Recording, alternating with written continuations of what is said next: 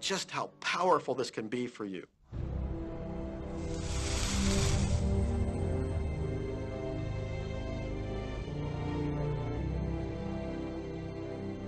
I took the visualization process from the Apollo program and instituted it during the 1980s and 90s into the Olympic program. And it was called visual motor rehearsal. When you visualize, then you materialize. And the interesting thing about the mind is we took Olympic athletes and then hooked them up to sophisticated biofeedback equipment and had them run their event only in their mind. Incredibly, the same muscles fired in the same sequence when they were running the race in their mind as when they were running it on the track. How could this be? Because the mind can't distinguish whether you're really doing it or whether it's just a practice. I think if you've been there in the mind, you'll go there in the body.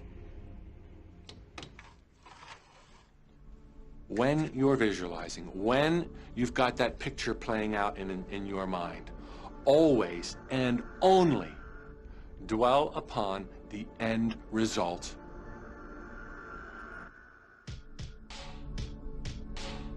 Here's an example. Look at the back of your hands right now. Really, look at the back of your hands. The color of your skin, the freckles, the blood vessels, the rings, the fingernails, the fake fingernails. Take in all those details right before you close your eyes.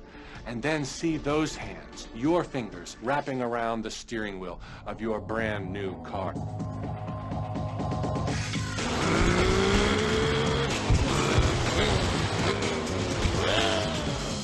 This is such a holographic experience, so real in this moment, that you don't even feel like you need the car because it feels like you already have it. It's the feeling that really creates the attraction, not just the picture or the thought. And I think for a lot of people, they think, well, if I think positive thoughts, or if I visualize having what I want, that'll be enough. But if you're doing that and still not feeling abundant or feeling, loving and joyful, then it doesn't, from my mind, really create the power of the attraction. This is where the secret actually moves into action. You put yourself in the feeling place of really being in that car, not, oh, I wish I could get that car, or someday I'll have that car, because that's a very definite feeling associated with that. It's not in the now, it's not, it's in the future. If you stay in that feeling, it will always be in the future. Feel the joy, feel the happiness, no matter how silly it seems in that dark and quiet room, and you're going, woohoo! Do it! A lot of people will say, come on, do I have to do that? How bad do you want change?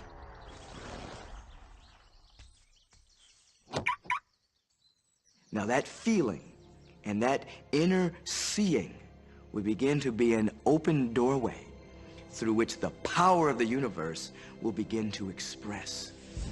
What power is the universe?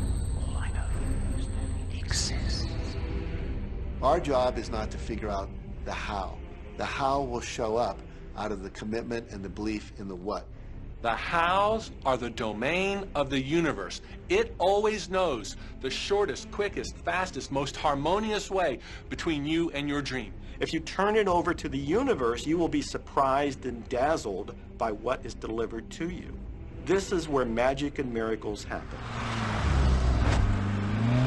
Well, I would say you want to do this virtually daily, but my disclaimer is this should never be a chore.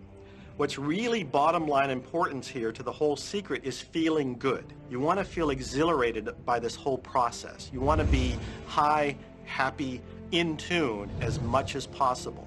The only difference between people who really are living this way and people who aren't, living in the magic of life, is that the people who are living in the magic of life have habituated ways of being.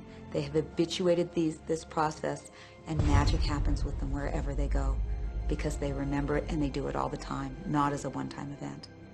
People hold that for a while and they're really a champion at it, and they say, you know what, I'm fired up, I saw this program and I'm going to change my life, and yet results aren't showing, and beneath the surface it's just about ready to break through, and someone will look at the surface results and go, this stuff doesn't work, and you know what, the universe says, your wish is my command, and it goes down.